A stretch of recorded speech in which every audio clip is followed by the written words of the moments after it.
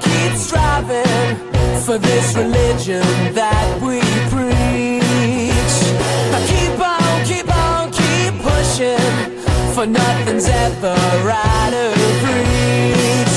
Because the time we keep on driving, it's all that much we go. The time we keep on fighting, and these colors I wear will be sold through the skins of my soul.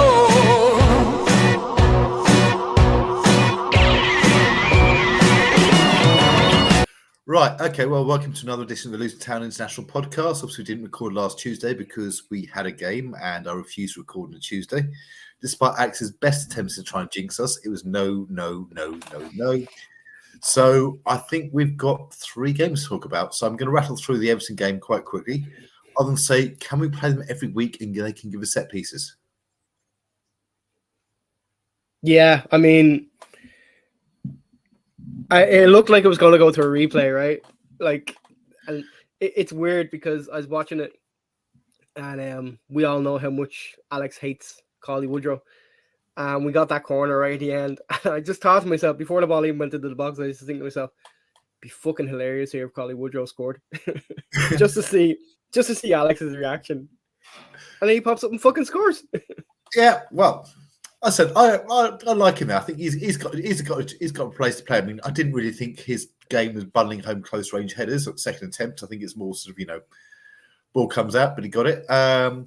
As the other one, first one, I know Everton were moaning like fuck that it was sort of, there was a foul by Barkley. There was a slight push, to be fair, but a slight push and the guy went down like he was being shot, so he was looking for it. So no sympathy whatsoever in that case. Remember this when we're talking about Newcastle. We'll get to that. Just remember it. Yeah, okay, fine. I know where you're going to go on that. Nah, it's not a foul. The thing for me is, if you're going to give that, no corner is ever going to come into the box because there'll be a foul somewhere, unless the two teams just literally stand with a divide between the two of them. I mean, to me on that one, he was there. There was a slight push, but he went down looking for the contact. So I'm thinking, right, at your near post, why would you go down looking for the contact when it's basically, if you go down, you're going to leave a player unmarked. There's own player, as it turned out, but it's I mean, I keep going back to the fact that this is a contact sport, as your cat meows in the background. Obviously agrees with me. This is a contact sport. You've got to, you just got to be some contact at some point in the game. There just has to be. And you can turn around and say, "Oh, he's pushed him in the back." He's given himself a yard as your cat rolls over our screen. He's given himself a yard to get to try win a header, which he doesn't end up winning. It goes off it goes off the Everton player. That's all that matters. It goes off the Everton player and in. And I mean, if you're going to give one of them every game, then just stop the game just stop giving corners. Because you can't win. Their equaliser, slightly fortuitous. Goalkeeping could have done better. He knows it. He didn't let it affect him. It happens. Yeah, I mean, I like the fact that we're playing Cruel in the Cup. I think his run of games ends in the next round. Yeah, I think so as well. But it's good to give him some games, just keep him a little bit sharper, just in case anything happens to Kaminsky. But I mean, it's a poor shot that he probably really should have stopped. And I'm sure if you asked him, he'd probably say the exact same thing. I should have stopped it. I mean, I think he did okay with handling everything else, distribution. It was just a kind of, as a keeper, I think that one area gets highlighted. So, yeah, I mean, at the end of the day, as a keeper, as much as teams want to talk about these days of keepers playing out from the back, and Ederson's obviously amazing at it for City. Alisson made a mistake on the weekend. Not as good for Liverpool anymore. Onana for United obviously changed their keeper in the offseason to get a keeper who plays out from the back. But at the end of the day, I think Roy King said on Sky Sports one week, your goalkeeper's there to stop shots. And at the end of the day, they can pass the ball out from the back amazingly throughout the whole game. If they let in a howler, what are people going to talk about? You do realise Garth Cook's going to disagree with you, because I think a few weeks ago he did give man of the match to a goalkeeper who made a defence splitting pass that didn't end up in a goal. Do we have to get to Gareth Crooks this early in the podcast? Now we'll get to him later. That's fine. Okay, I'll save my rant for there. Then. That's not easy, just comedy value now. Right, so on to the Brighton game. Now I thought that's a game we could sort of win, but the way we won that, so we hadn't scored in the first 15 minutes all season, and then we're 2 up within sort of 2.5 minutes. So go for the first one. Was it 19 seconds, and from their kickoff as well? Yeah, and that's just sort of that's part of this new Luton that sort of people been talking about. It's right. Win the ball, get it in. Morris and Adebayo playing up front again, which has not been to the regular. Morris knocks it back. Adebayo, simple header, straight at the back of the net. Thank you very much. And then the second goal, it was the pass from Lukonga, I think it was, to pick out Ogbene, who's obviously absolutely scorching pace. Their goalkeeper comes out. We're on goalkeeping errors again, aren't we? And just thinking, okay, there you go. Thank you very much. So with that, we'll talk about them 2 goals. Like, first off, I knocked on the game and then went to get myself a drink. And by the time I got back, I was just in time to see Adebayo put the ball in the back of the net. I'm like, what the fuck's going on? And then obviously, like, a minute and a half later, it's like it's 2-0. And I'm just like, this can't be real. And immediately, like, it's probably the trauma from being a Luton Town fan throughout the years. But immediately what starts going through my head is, what's going to go wrong here? Something's going to go horribly wrong here. I did think Brighton, a counter-attacking team, everything else, 2-0 down or something, if they get it together, and I think there were a couple of half chances they had, they think, okay, they could expose a little bit, but no, we didn't retreat back. We just kept on attacking them, and it was dominant. Yeah, and you talk about the Chio goal and a possible goalkeeper error. I'll be honest with you. He came out and missed it completely. Yeah, he came out and missed it, which obviously is the error. But I'm kind of sitting there looking at that over and over again, and I'm just kind of like, if you're a goalkeeper, what do you do differently? He's one-on-one with you, so you either have a chance of coming out and trying to close down, trying to be big and trying to close down the angle, or trying to get to the ball before him, or staying back in your line and giving them pretty much an easy, like, it's an easy finish either way, And so that one I don't really put down to a goalkeeping error. I just, like, he came for the ball, he missed it, That's a goalkeeping error. I think if you come for it, you've got to make sure you get it. If not, you stay back and give yourself a chance stopping the shot, because otherwise I think you're right. See, I'm on the opposite. I think you come out and make yourself big, and I think that's what he tried to do. And at the last second, I think he thought, I can get to this ball, and then obviously couldn't. Yeah, I mean, he was outside the area, I think, when it came out there. But then again, I'm not going to complain about goalkeeping error or not from the opposition. As long as it's against us and not for us. Exactly. And then we had Adebayo second, sort of. So you're thinking, right, before half time. So 3-0 up before half time, you're in dreamland. You're thinking, right, can this possibly continue? Mm-hmm. Yeah. I mean, it's a weird situation, though, because you can't drop Adebayo, right? Because he's the informed striker. Mm-hmm. Morris is your captain right now, so I don't know how that would work. I would assume our Amari Bell would get the captaincy if he didn't play. But also, I wouldn't say. Yeah, but also Morris is actually, although he got in the score sheet Saturday, which we'll talk about, but he hasn't been scoring as frequently as Eli has. But he's been very integral to how we play and how we want to play and how we get on the front foot against teams. So you kind of have to play the two of them. It depends. I think it depends on the game. I mean, I think there's something on Eli just saying his goal scoring record. There was somebody in an article earlier, a load of stats on there. He's currently got a conversion rate of 42%. I think I've seen somewhere that goals per 90, he's like 4th or 5th in the Premier League. Yeah, and I think he's the 8th highest scoring Englishman in the Premier League. Yeah, it's just it's unbelievable. It's. I think when we came up, most of us thought Morris would probably be the one to hit the ground running because he was kind of the main man last season. But I think what Eli is showing is that although he didn't score as much last season, he's still a threat. And I love Eli. I like since he first came into the club, even though he took the place of James Collins, Irish legend. I've always had a real soft spot for Eli, and I just thought that last season, like he didn't score the goals, which I think just kind of people just look at that. but I think he did so much more for the team. Like, we obviously the main one that we talk about is the playoff final and the run to set up Clark's goal. You know, he does so much more for the team as well. I think this year he's just so happening to be the guy who's putting the ball in the back of the net. Yeah, I mean, he's not just a big, tall, lanky striker by any means. He's got pace, dude, to burn. Like, Ogbene's fast, and don't get me wrong, he's the fastest on our team probably, but Eli's no slouch.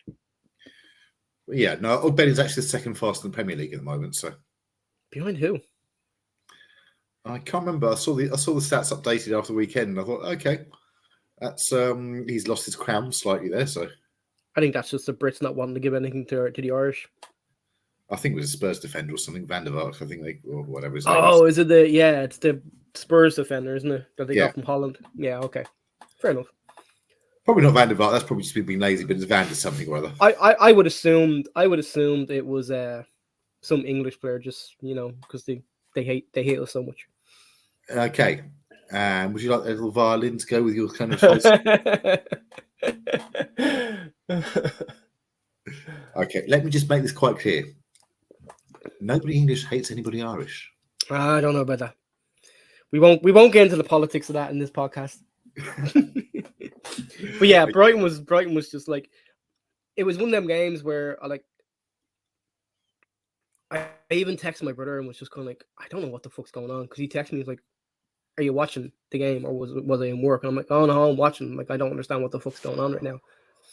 And he just started laughing. I'm like, Brighton was just, I hope it's obviously not a one-off because we scored 4 against Newcastle, but I hope the performances are going to be like that going forward, because even if we don't stay up, at least we fucking entertain. Exactly. It's we'll get to that, I think, after the games, and then obviously the third one, because it's obviously he got a hat trick. So this is a player who cost £250,000 from Walsall, gets a Premier League hat trick, and has now scored as many hat tricks as I think Eric Cantona is one of them, and Bergkamp I think was the other. Yeah. Right. But yeah, it's a fairly short-range, simple header. But again, you put the ball sort of, from a corner. And thank you to the ex-Watford player for the assist for that one as well. Mm-hmm. Which goes in, but it's he just came there, and of course he gets that position. So that doing out, he's going to be clinical, and I think it's fantastic for him, well, for the club as well. Yeah, and I mean, you can say it's an easy close range header, but you got to be in them positions. And he's been in them positions more often than not this season. That's why he's scoring. I will say it probably helps, being up front when Barkley and Lokonga are just spraying balls the way they have been. It can't hurt, but at the same point, you've got to be in them positions. And then you've got to not only be in them positions, but have the confidence to score. And Eli has both right now. Yeah, he's got it flowing through his veins, I think. So 4-0, and again, it could have been more. I mean, the Brighton fans thought it could have been more as well. And it was just absolutely, obviously, the best performance of the season by far. And I thought, okay, that's going to give us confidence going to Newcastle. Of course, within 6 minutes, it's we don't cut out cross. They get a goal back. We get a set piece. Ross Barkley delivers the set piece, gets knocked back in, and there's Osho put it in. So nice set piece goal. I think within 90 seconds, they've got another one again, and then obviously Ross Barkley gets the second equaliser. Wins the ball, goes by about 4 players. 1-2 Doughty. Doughty plays it off the keeper. Barkley's straight there. Yeah, we're not going to mention the fact that he lost his runner for Newcastle's first goal, right? We'll just talk about the positives. Just the positives, lads. He's involved in 3 of the goals we scored, so I'll give him some slack. No, yeah. Like, here's the thing. Like, I've gone on this podcast numerous times and said, Barkley is integral to how we play. And if we're going to stay up this season, he needs to stay fit. Yeah, we need him more than any other player in the team. We need him, just because of his passing and the level of experience he has and all that stuff. But I'm not one of these happy clappers that's just going to sit there and go Barkley. Like, I will sit there and tell you, Barkley was at fault for the first goal because he didn't pick up his runner. Barkley was at fault for the 4th goal because you either one or two things. You've got to get back on your feet and stop that shot because it stop the ball getting the Barnes, because it's not a foul. And then secondly, if just stay down, Like I've heard numerous people tell me if Barkley stays down on the ground there, they probably bring it back, or at least VAR look at it and bring it back. But Well, the thing is, they are looked at. They are said no, there's nothing wrong with that. it wasn't a clear and obvious error because Barkley got up and tried to go after the ball again, so they seen it as wasn't that much of an impeachment. But from what I'm hearing from a lot of people is if Barkley stays down there and doesn't get back up, VAR probably go, no, yeah, that's a foul. I don't think it was a foul. I think it would have been extremely soft. But that's what I'm saying. Like you've got to weigh up the positives and the negatives of Barkley. The positives way outweigh the negatives. Way outweigh the negatives right now. He needs to be in that team if we're going to stay up. But let's not all sit there and make out like he's like perfect, because he's not. There's certain aspects of his games that, like when I was watching that Newcastle game, one of the things that pissed me off a lot, especially when we went 1-0 behind and then 2-1 behind, was the fact that, and I understand the reason why they want to get Barkley on the ball further back so he can try start the attack. But even when Newcastle were pushing forward against us, Barkley was the deepest line of the two midfielders. That needs to be Lokonga. And you know that if Nakamba was in the team, it'd be Nakamba.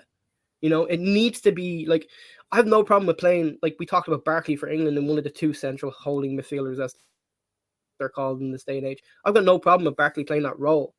But he needs to be the one that's a little bit further forward than, like, if you're having two there, he needs to be the one that's a little bit further forward and let the other one, Lokonga or Marvelous, be the defensive midfielder. Because we need to get Barkley on the ball as far up the pitch as we possibly can. Because he creates. But he can create from deep as well. And I think it's Barkley. He can create from deep. Barkley, the key is you say to him, which is what we're doing, go out there, play midfield, play a bit deeper, get the ball. Don't be afraid to do whatever you want to do with it. So, if you want to beat 4 players, if you lose out occasionally, that's fine as well. But when you lose out, you've got to have the mentality then of, okay, I need to get back and win this back. You can't just let your runner run off the ball. Which goal was it that Newcastle got from the break? Was it their second goal? That was the second. I think it was the second goal. And Osho got done for pace. Also got done for pace by Gordon. It was the second goal. Osho got done for pace by Gordon. Don't have a problem with that. Gordon's really quick. Osho probably should have came a little bit further back off him and not so close to him. But who's the midfielder coming in late to score that goal with no midfielder around him whatsoever? And I'm not just blaming Barkley on that. That's Lokonga as well. It's Longstaff. Like he's just strolling into the box. There's not a midfielder. It's a midfielder or defender. I mean, there's Osho kind of tries to keep back with him, but then it's gets crossed back in. Keeper saves it. There's got to be somebody there. I don't want to say midfielder. It could be a forward. It could be a defender. Anybody else from there? So I think what happened there was Osho got done by pace by Gordon, and then there was only Bell back. So Osho was trying to catch up with Gordon. Bell's the only defender back. So it's 2-on-3, 2-on-2 at that point because the other Newcastle striker is on the other side. Bell can't really just come across because he's leaving that guy completely open then. Yes, where's the third defender? We'd push our third defender forward to try attack the set piece, which I've got no problem with because we're really good with set pieces. But Jesus Christ, guys, bust a gut. Bust a gut to get back and stop that midfielder because he starts in relatively the same position as Barkley and Lokonga. But when he gets to the box, neither one of them are anywhere near him. I think me and Chris could say, right, get back and bust a gut because the team has been doing nothing but busting guts all season. No, I get that. Like, but you know what I mean. Like, don't let your runner run off you like that. You've got to plan for the worst, and that's like, I'm not trying to be negative because everything about you're doing a fucking good job of it. I'm doing a very good job of it, but I'm not trying to be negative because in the last couple of weeks we got some fantastic results. Like the result against Brighton was amazing. And if you'd have offered me a point at the beginning of the Newcastle game, I'd have taken it. I said this to you. I still feel a little bit fucking sickened by the fact that we lost the 4-2 lead. But if you offered me a point at the beginning of the game, I'd have taken it. But there's just certain, like, I'm not going to sit here and just go, yay Luton, Barkley for England, mainly because I don't want England to win, I think. I'm not going to, like, I want to point out, like, the positives, and we had a lot of positives in the last 2 games, but there's also negatives there that you look at and kind of go, and I'm sure Edwards, as much as you talk about being positive and negatives, I'm sure Edwards is sitting in there on the Monday morning in training going, this is what we did well, lads. This is what we need to do better. Oh, you can depend on it. I mean, even the Brighton game, part of the game. The Brighton game, he came out and said, there are a couple of aspects later on he wasn't happy with. Yeah. And he's pointed out, and I think he's just kind of trying to put it and mould the team. Obviously, he jumped straight to their fourth goal before we'd done the others, so it's which meant I do want to, before we get to the goals, I do want to mention one thing. My thoughts and prayers at this time are with Dan Burn, and I really, really hope he's okay. That's where I was just going because I mean, Burns, Ogbene was red hot. He actually left. Oh my God, all over Burns. He's on fire. I was actually surprised he came back out for the second half. I'm surprised it took Eddie Howe so long to take him off. You know, I really was surprised that it took him so long to take him off. Because Ogbene, like, he must have been having nightmares that night. Ogbene was tearing him to shreds. And in saying that, I'll go to the negatives now. And I said this to you in the group chat. I would love to see Ogbene just do a little fake, as if he's going to run and go past you. Have the defender on the back foot. Stop and just whip a ball in. Instead of constantly beating your man. What's the fun of that? Just take a...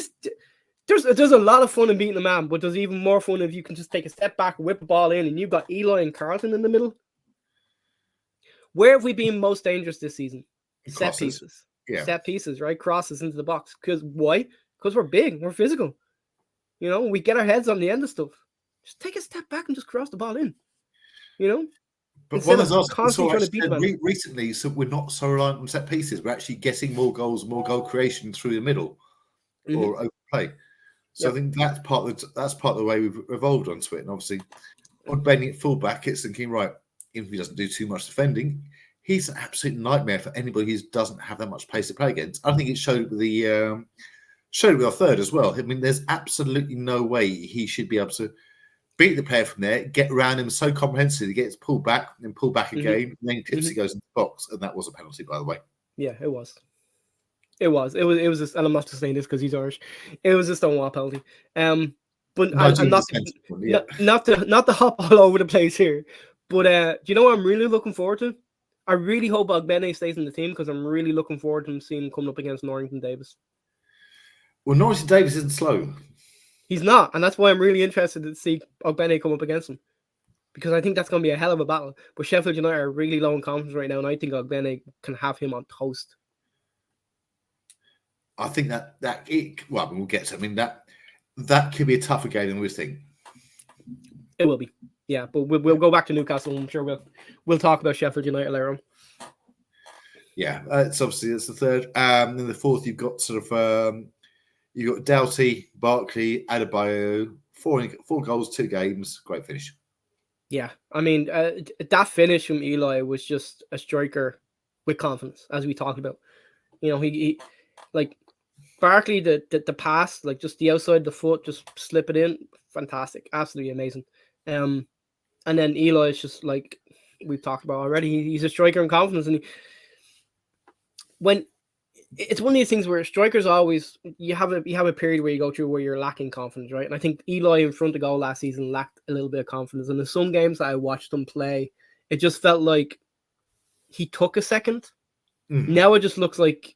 It's instinctive. It's natural. Well, I think last season it wasn't so much taking second. I think it was more snatching it. Now it's kind of thinking, right, here it is, bang. He's going through the ball. Yeah, he's going through the ball.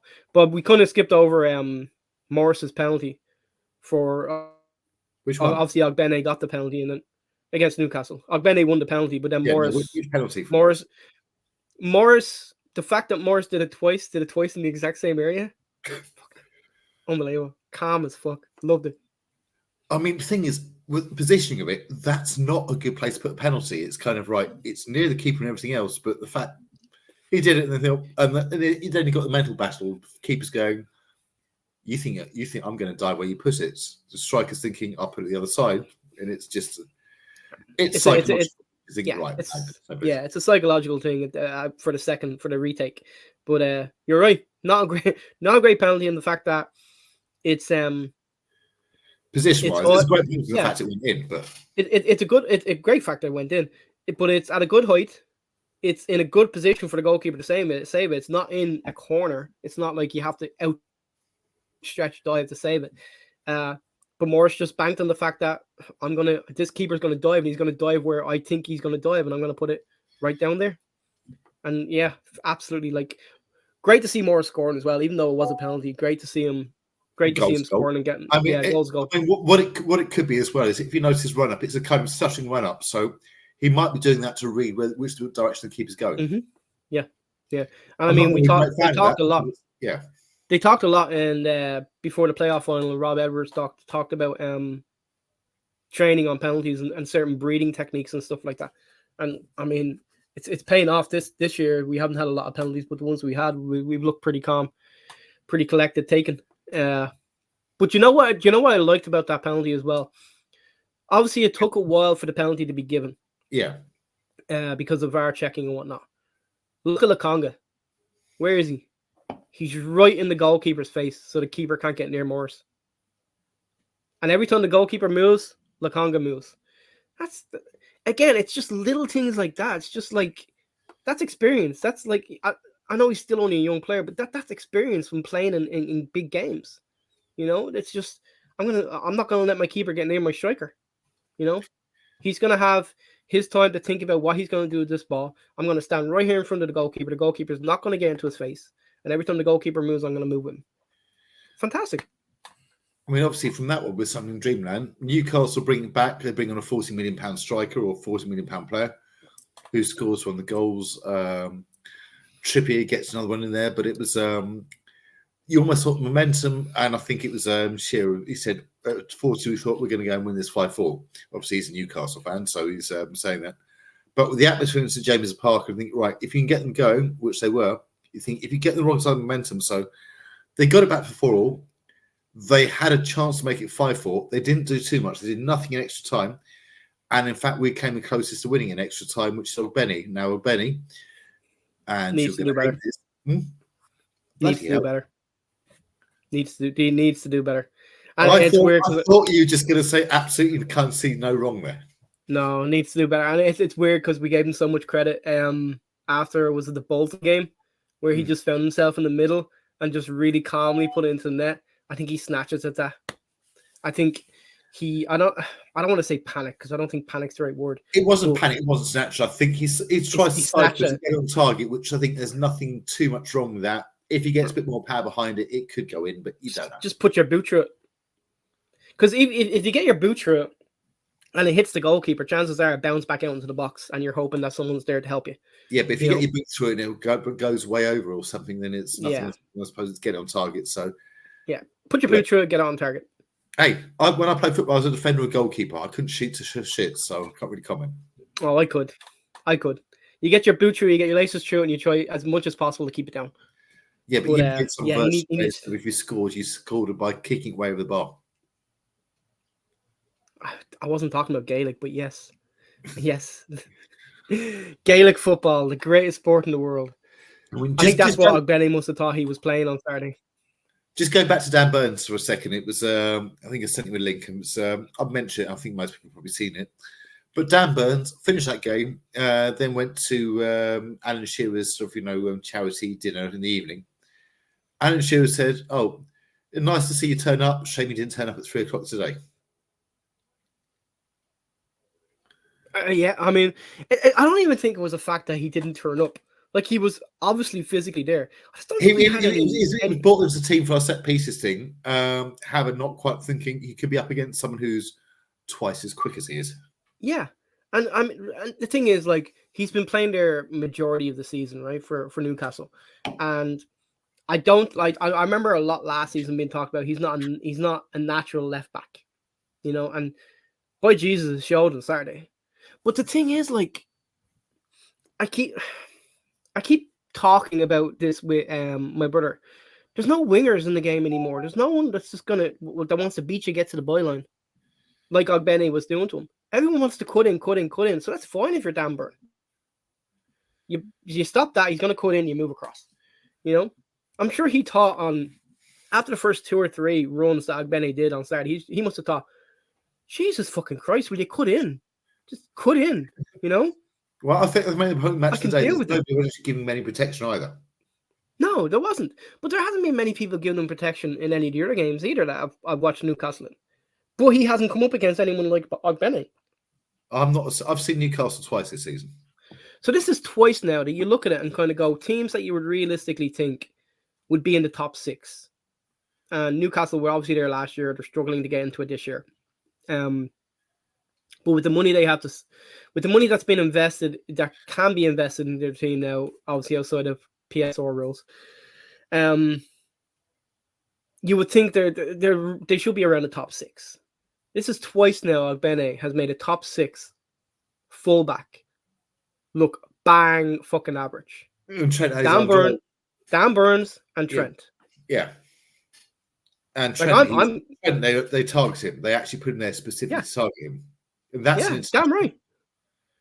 And I'm sure if you asked Rob Edwards, it was the same thing. On Saturday, it was like, get the ball out wide to Ogbene. I was like, why? Because he's coming up against Dan Burns. Like, you're gonna have a field day against this guy. Like, I don't know if you wanted to touch on it, but we'll kind of touch on it now since we've kind of gone over the games. Rob Edwards for manager of the season. Now, I don't necessarily think it's going to happen.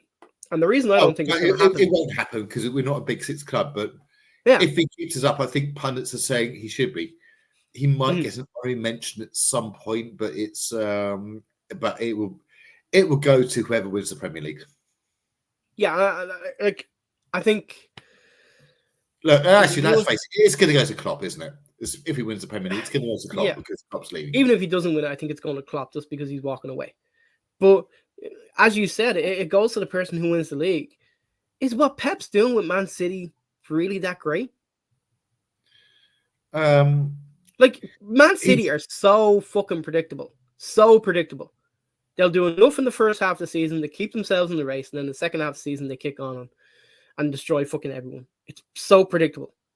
Like, even against Brentford, I was watching the Brentford game on Monday before I went into work. And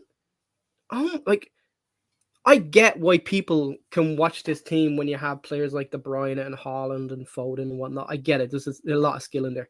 I don't know if I'd be able to watch a Man City game 38 times in a season. Like, the whole 90 minutes.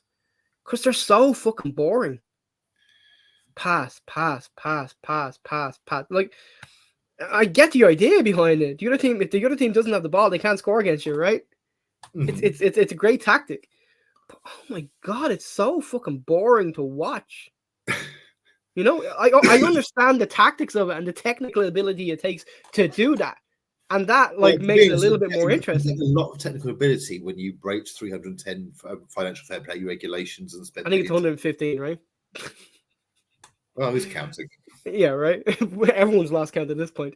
But yeah, I was just watching the game, and obviously the skill from Brian and the Foden and Haaland is there, and like it's great to watch them players and just watch the little things they do. But it would be great. I was watching the game, I was just thinking, it'd be great if what?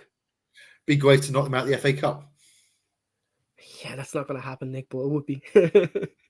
It's not going to happen. Anything, you know, they might even rest a couple of players, or they might, for some reason, underestimate us again, and we're at home. I don't think it's going to happen, but it could do. Didn't Southampton beat them last year and won the cups? Yeah, Southampton beat them in Nathan Jones's only victory. Maybe we do have a chance. But yeah, I don't like. I'd pick watching Luton 38 times over City any day of the week. It's just they're hard to watch at this point just because they've got the best player pretty much in every position, right? I don't know. I don't bother watching.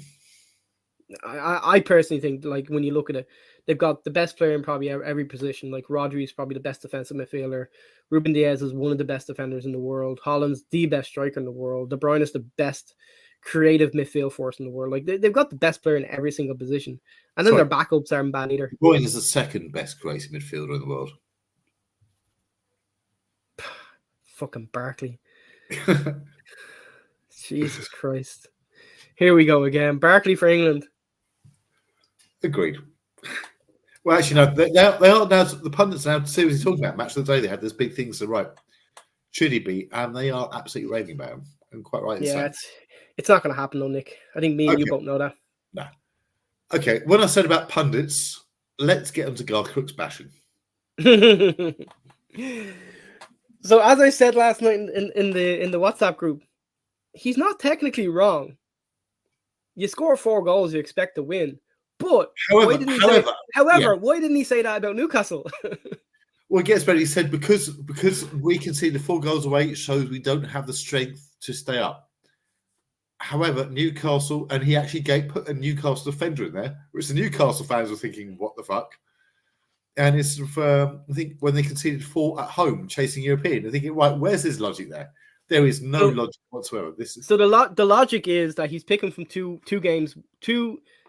game loads in his team of the week or whatever fuck he calls it. And then he thinks, "Oh shit, I cannot ignore Adebayo." You can't ignore Adebayo because he scored a hat-trick and he scored again against Newcastle. So you can't ignore him. But the reason why the Newcastle defender's in there, and this again just confirms my point that I don't think he actually watches games. He just looks at results. The reason why that Newcastle defender is in there is because he scored twice against Villa during last week. That's the only reason why he's in that team. There's no other reason, because he was woeful against Luton. And obviously he must have played decent against Villa. He scored twice, but it's just, as I said, he's not technically wrong in what he said. You score 4 goals, you probably expect to win a game. But at the same point, he's still a cunt. And nothing changes that. And I've seen something on social media saying, we need to stop talking about Gareth Crooks. No, we don't. No, I actually look out for his team week just to see how badly wrong he does want to get it and how much he wants to try and wind people up. We need to remind this motherfucker every possible opportunity. Hey, remember when you said we'd be down by Christmas? Because this is a guy who's getting paid good money to be a pundit. We do this shit for free, mainly because we don't think we're pundits as well. No, actually, on pundits, obviously. Other than the fact Garth Crooks is completely fucking clueless, I'd sort of, it's and I think you look at some of the previous stuff over the years, he's got a long history of absolutely strange, bizarre posts. I mean, I think somebody posted this one earlier, I think it was 2017. He was just saying Ozil at Arsenal should move to Tottenham because they suit his style of play more. Yeah, I mean, strange suggestion. To me, you remind them, and you're not even that you remind him, because I know he doesn't have a Twitter feed or whatever it is, but you remind the BBC at every possible opportunity. You're paying this guy. I don't know. I would assume it's good money if he's still there. But you're paying this guy good money to come out with this absolute utter waffle, like utter bullshit. That's all it is. I mean, I think there's 2 possibilities. One is basically, they say, right, we'll just keep him on here for a bit because he generates discussion, which he does. Or 2, it's caring the community. Yeah, I think it's the second one. It's just odd. I mean, a lot of the other pundits, though, I mean, Chris Sutton was sort of, he was speaking earlier. He was saying Rob Edwards should be manager of the year if he keeps losing up. And he's actually made the point. I think, again, there's an article on this about how our way of play has evolved. We're taking more chances for start, even though we're actually creating the same XG if you go from that. But he said he has evolved. He thought at the start of the season we'd be nothing but a counter-attacking side, which we were, in fact, the first few games. But you just look back at it, Rob Edwards has actually evolved us subtly, game by game. There's not some big, okay, now we're getting all gung-ho in a game, which actually we were on Saturday. But he's gone from, right, okay, conceding too many, right, tighten it up. Keep it back, tighten the goals down. We'll try and get a few on the counter-attack. Okay, we'll try and get a few more. We'll add set piece onto that one. Then, okay, Ross Barkley's fit. Let's try and play through the middle a bit more. And then, fuck it, let's score some goals. Yeah. I mean, to me, I honestly, I know it won't. And I know what Chris Sutton's saying, and that if he keeps us up, he should be manager of the year. I don't think it comes, to me, it doesn't come down to that. And obviously, we're biased here. But when you looked at the league at the beginning of the year and asked a majority of people to name their bottom 3, Luton were rock bottom. Yeah. So to even have us in the position that we're in right now, where, albeit by a points deduction for Everton, we're outside the relegation zone,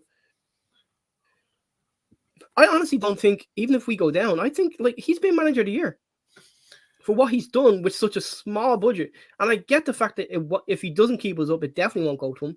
And even if he does keep us up, it more than likely won't go to him anyway. But considering what he's done with such a small budget compared to, I think it was mentioned the other day that Burnley have spent nearly 100 million on Yeah, players. they spent 20 million quid on a keeper, didn't they? And it's like, yes, so they've taken 4 out of the 6 points against us, but what have they done elsewhere? They've done nothing. Like Sheffield United, I don't think spent any money, mainly because they couldn't. And Sheffield United spent about 100 million quid as well. I mean, they've put... But they sold players as well. Like they sold, who was that guy in Enjoy? The guy who we played against last year. I mean, they bought Harmer from Coventry for about 20 million. Coventry. Yeah, they bought an Archer for about another 15, 20 million, though he's on some bizarre buyback scheme. Yeah, most teams do that these days, especially bigger teams. Really so they have an option. Archer, it's basically right. If they stay up, Villa can buy him back an agreed fee. If they don't stay up, Villa are obligated to buy him back an agreed fee. Oh, that kind of works for Villa. It's like a loan. Yeah, it's an expensive loan. So yeah, but yeah, I mean, but what he's done with this club on such a shoestring budget, you know, considering everything else that had to go on the summer as well with stadiums and whatnot. I mean, again, we're biased, but he's been my manager of the season, and he's a sexy, sexy bastard. Like he showed his wedding ring. It's for you. That was just for me, was it? Yeah. It wasn't for the like millions of fucking women that are thirsting over him on Twitter every single week. No, you're the one he's worried about. I'm the one he's worried about. Gotcha. Okay. I haven't got my cardboard cut out yet. Hasn't been delivered. Anywhere near a game. But yeah, it's this season. I wasn't expecting much. I was just expecting. I was expecting just to be in the Premier League and to enjoy it. But it's become much more than that. Like I'll be totally honest. When we went 4-2 up against Newcastle, I honestly thought, oh my god, we're actually gonna fucking stay up, and then we let in 2 goals. So we're 4-2 up rather than 4-1, but 4-2 up, yeah.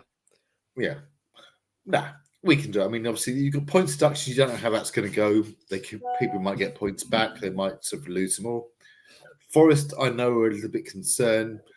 I think the Man City factor is actually coming into a lot of the points deductions because they're thinking, right, whatever precedent we set, we've got to follow it through with Man City. Mm-hmm. And that's going to be an issue because they've got big, expensive lawyers. Yeah. And I can see everything getting... I don't know. The country doesn't mind cutting people's hands off behind them.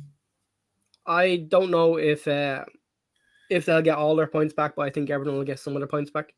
I don't think Forest will get points deduction. After that, I don't know. I don't think they will. I think Forest will not get a points deduction, which to me right now, it's like, I don't want to finish 17th. I want to finish above Forest, above Palace. Yeah. You know, so it like this point deduction shit won't even matter.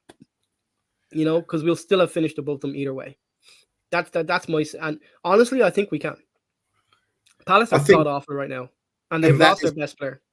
And I think that's the Premier League's basically some dream scenario, thinking, right, whatever happens, they don't want point deductions to decide who finishes or goes up or down after the season, because that's an absolute nightmare if they get into that. Yeah.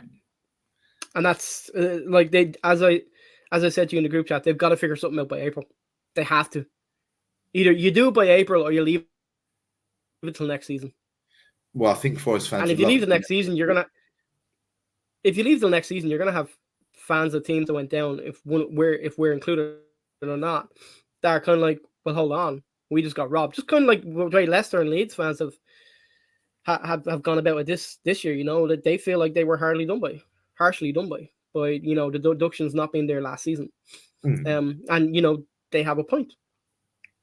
They do, but it's Leeds, so I don't really give a fuck. Can't stand Leeds. So unless can't stand Leeds. But yeah, but hey, before you want to wrap this up, Barkley for England, that's the talk, right? What about Doughty for England? And I know he had probably his worst game of the season against Newcastle. Well, he still wasn't too bad. I think Barkley for England is probably the more likely one if they go through because of previous stuff, isn't it? But Doughty was mentioned. He was mentioned on the This Is Football podcast.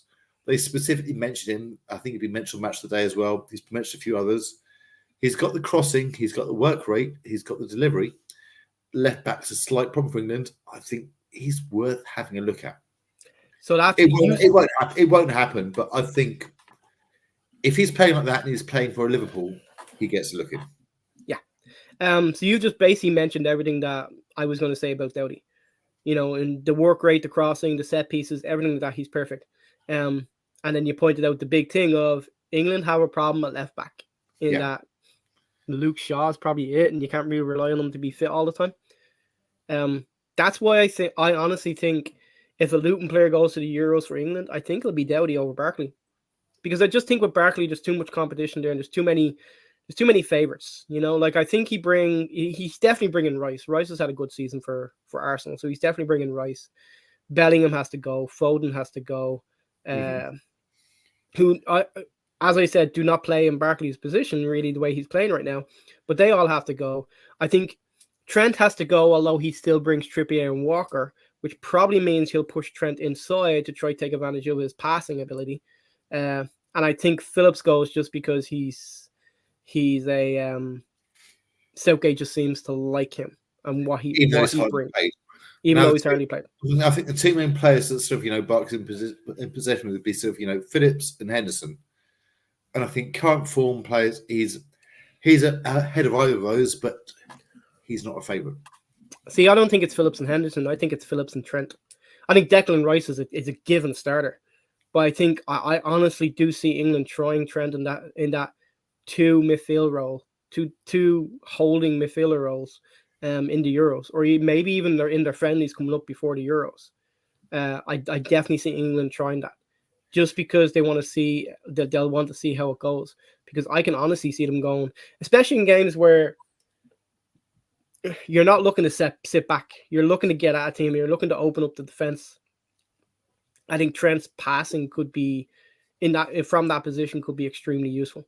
He'll be a liability to you defensively, and Rice will have to cover from a lot of the time. I mean, Trent Alexander is supposed to be a fullback, so you're suggesting, right, with the options we've got midfield, play him in midfield when he's a fullback by trade.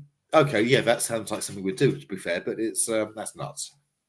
I honestly think they'll try it. I think they'll definitely try it during the two friendlies, and then depending how it goes, I think it might be something they try during the Euros as well. I actually think it's Phillips and Trent that Barkley will go up against rather than Phillips and Henderson. I think if Henderson makes the play and Henderson's made the play to be that leader, not necessarily to play a lot of minutes, but to be in and around the group to keep everyone focused.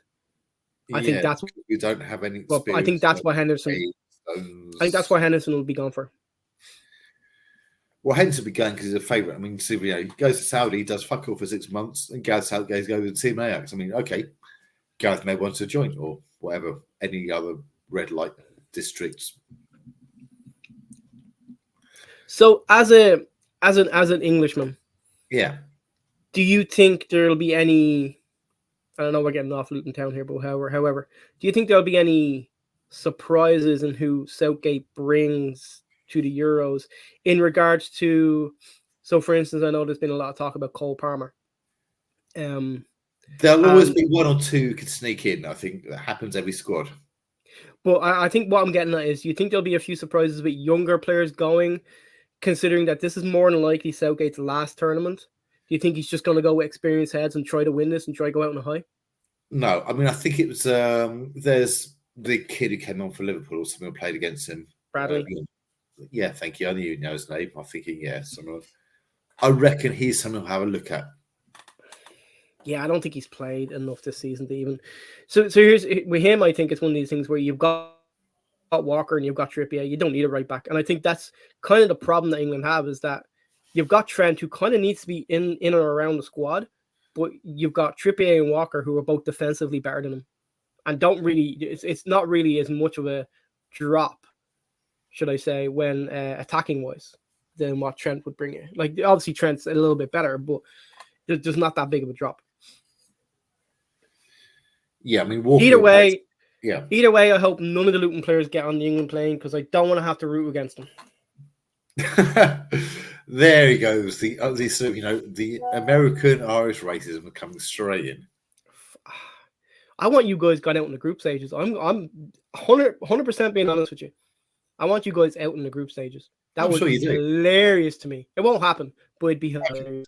So you want us out the group stage that your team hasn't actually got into? That's why I want you out in the group stages. Look, once we get a decent manager, we'll be fine. There's enough kind of talent there if you play them right that we can get to a major tournament. But we need to get a good manager. Can't get a major tournament on Ogbene alone. No, I think you can. Here's the thing. Again, we're going off topic here, but you look at the Ireland team, and one of the major problems under Stephen Kenny was like we didn't score an awful lot of goals. Like we got one or two. Like we didn't score freely. Can you imagine Ogbene on the right hand side, Ferguson in the center? Come on now. Like Ferguson's a really good striker, like a really, really good striker.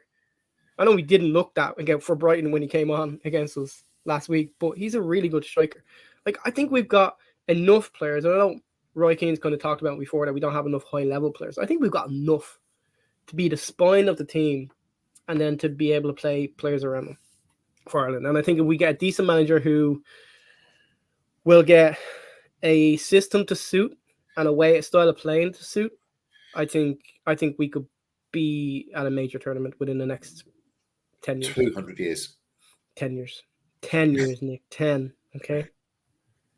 Well, I suppose it's been only 8 years since the last time you made one, so.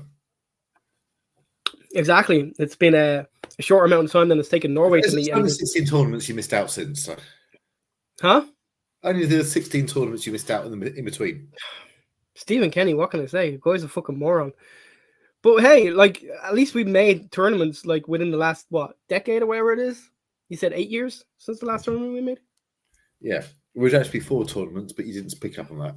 Yeah, whatever. When was the last time Norway made a tournament? 2000. And I know he's missing today, but wants to give me shit about Ireland. Like, when was the last time Norway made a tournament? And they're supposed to have he's not going to watch this. Nobody else is watching this. He's definitely not going to be watching this. I'll clip this bit and send it to him. The greatest creative midfielder in the world in Odegaard and the greatest striker in the world in Holland, and they can't make a major fucking tournament? Come on, lads. Let them go to Sweden. You're just fucking ruining them. Let them go play for Sweden. You're just actually doing this just to bait him. You're actually going to cut a whole lot apart from saying That's going to be our podcast, just that little bit. Right, so I'm sure Gav's going to finish editing out half the parts he's going to use just for sort of basic basing purposes, or not, as the case may be.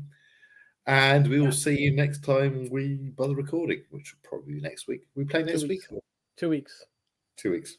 Oh, maybe. Oh, yeah, 2 weeks, because Liverpool isn't until the Wednesday. 21st, isn't it? So, yeah. There you go.